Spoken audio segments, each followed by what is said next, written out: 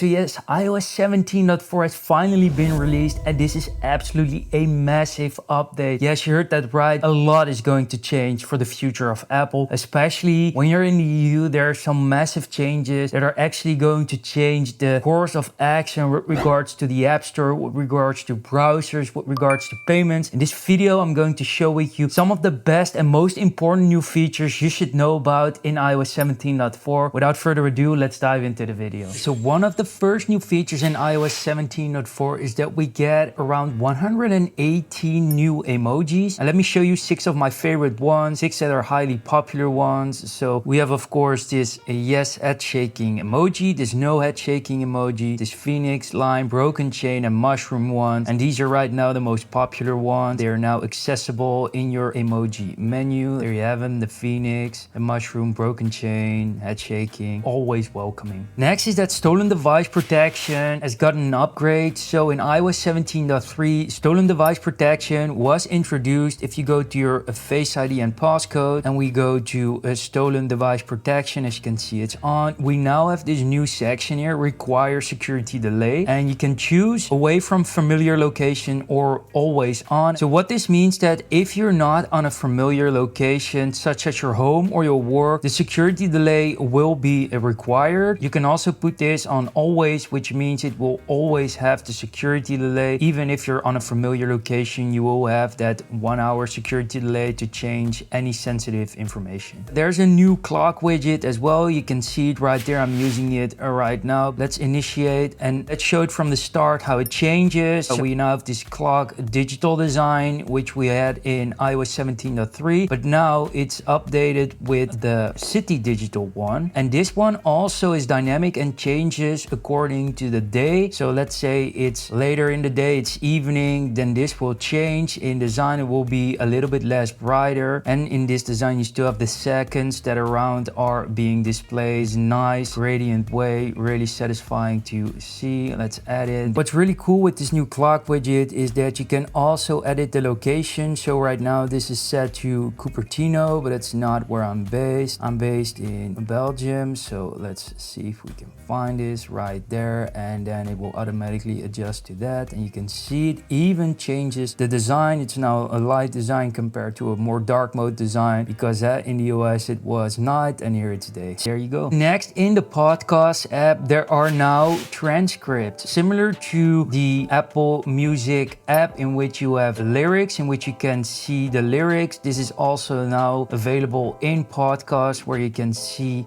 a transcript of the whole podcast. So let's show that to you here. Exactly, transcript available, and let's click on that. And as you can see here, there's this whole transcript available. You can read along. You can exactly see text, the transcript of a specific podcast. Extremely helpful. Jump to a specific section, and as you can see, it just starts that section and the transcript just continues. Siri also has a nice little update, and that is that if we go to Siri, where is Siri and search right there, we now have this messaging with a Siri section. And what this does is you can have Siri read messages out loud. But the funny and amazing thing here, it will read it out loud even in a different language. So right now there are a bunch of languages available, but let's say you have an English message, Siri can actually read it out loud in a different language. So for example, Dutch or French. So if the message is in English, you can hear it in another language, which is absolutely awesome if, for example, you'd like to learn a new language. Welcoming AI feature in Siri. And by the way, if you are like me and changing wallpapers all the time, you should definitely check out our custom wallpapers. People seem to really love them, as they have been downloaded already thousands and thousands of times. I use these every day, and so can you, with the link in our description. Okay, next up, Messages has had a nice security update in the background. This is something we as users are not gonna notice, but actually iMessage now has a new PQ3 encryption. So PQ3 stands for Post Quantum Cryptographic Protocol. Basically adds a level 3 security layer. For us iPhone users, we're not gonna see any difference, but it just allows for more protection. It's more future-proof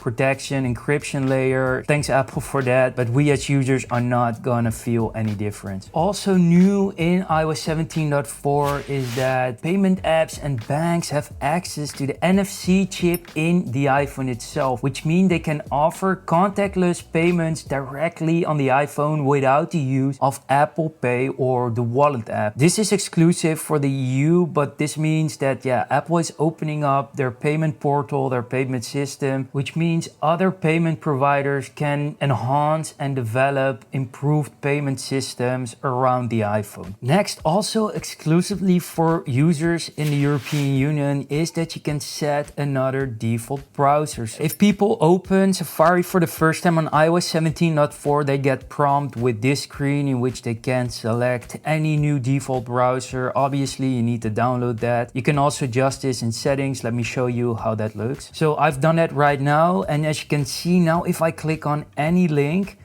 I'll open this in Chrome. Yes, it's not Safari, it's actually Chrome. So people in the EU can set their own default browser. So in order to do this, we need to go to our settings, and in here we need to go to Safari. And as you can see, funny enough, within this Safari section, you can select your own default browser. Obviously, you need to download the new browser. So for example, Chrome, Firefox, or Brave, you can download these in the App Store, and then you can select that as a default new browser.